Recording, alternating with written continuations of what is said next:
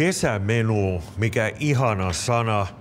Nyt eletään kenties sitä parasta vuoden aikaa, tai ainakin minun suosikkiani. Ja nyt Menestysreseptin seuraajilla on sitten mahdollisuus tutustua siihen, mitä ravintola 305 keittiössä näin kesäaikaa tapahtuu. Ravintoloitsija keittiöpäällikkö Janne Keskivaari, esittelet meille nyt yhden kesäannoksista.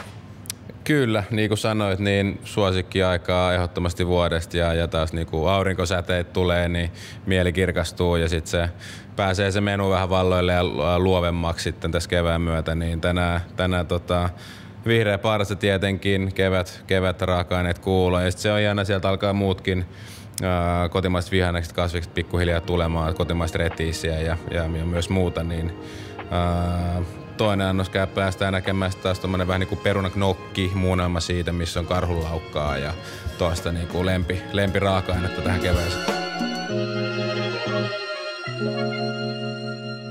No ensin me lähdetään tekemään tämmönen keväinen tartaletti, eli siellä on tartaletti, rapea taikinakuori pohjalla, minkä päälle sit se annos rakennetaan.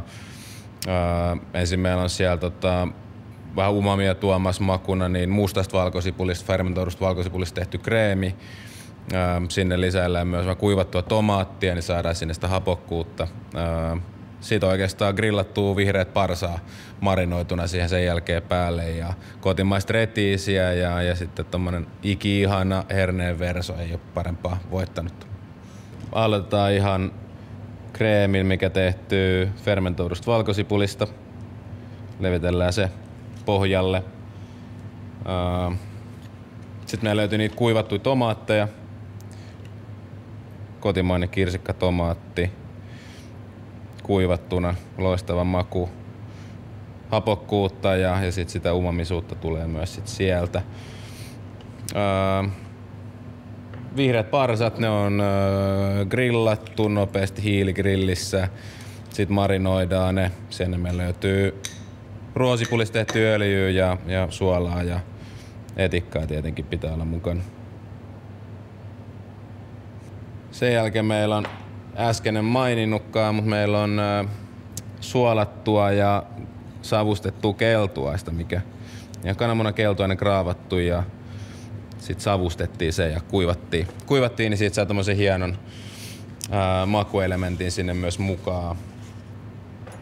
Ja sitten lähdetään annosta viimeistelemään oikeesti, niin meillä on kotimaista retiisiä ja herneen verso. Ja myös vähän vielä kotimaista kevätsipulia. Näin. Tämä silmien edessä tapahtunut valmistaminen oli nopea operaatio, mutta tietysti tässä on tehty paljon taustatyötä ja suunniteltu erilaisten makujen yhdistelmiä. Ja tietysti semmoinen täytyy kysyä, että kyllähän kananmunan keltuainen on meille jokaiselle tuttu, mutta mistä idea siihen, että se savustetaan?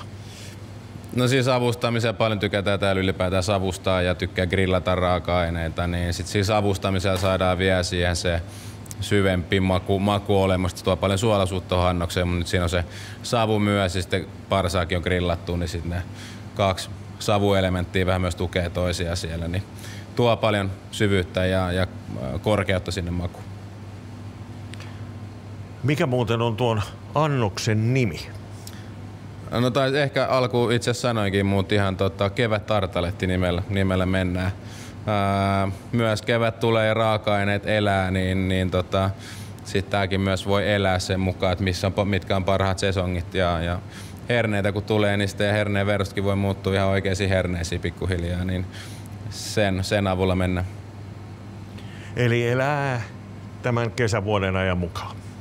No kyllä mä uskon, että tää on ollut sen verran tykätty annos, että tää voi myös niinku säilyä tuossa kesän mittaan pidempään mukaan, mutta koko ajan eri näköisenä ja eri raaka-aineiden kanssa, kun ne on kausi on ilotulitus raaka-aineiden kanssa, niin sit myös voidaan pelaa annoksissa sen mukaan.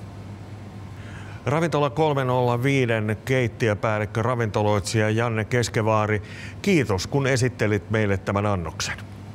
Kiitos ja olkaa hyvä, päästä varmaan maistelemaan seuraavaksi.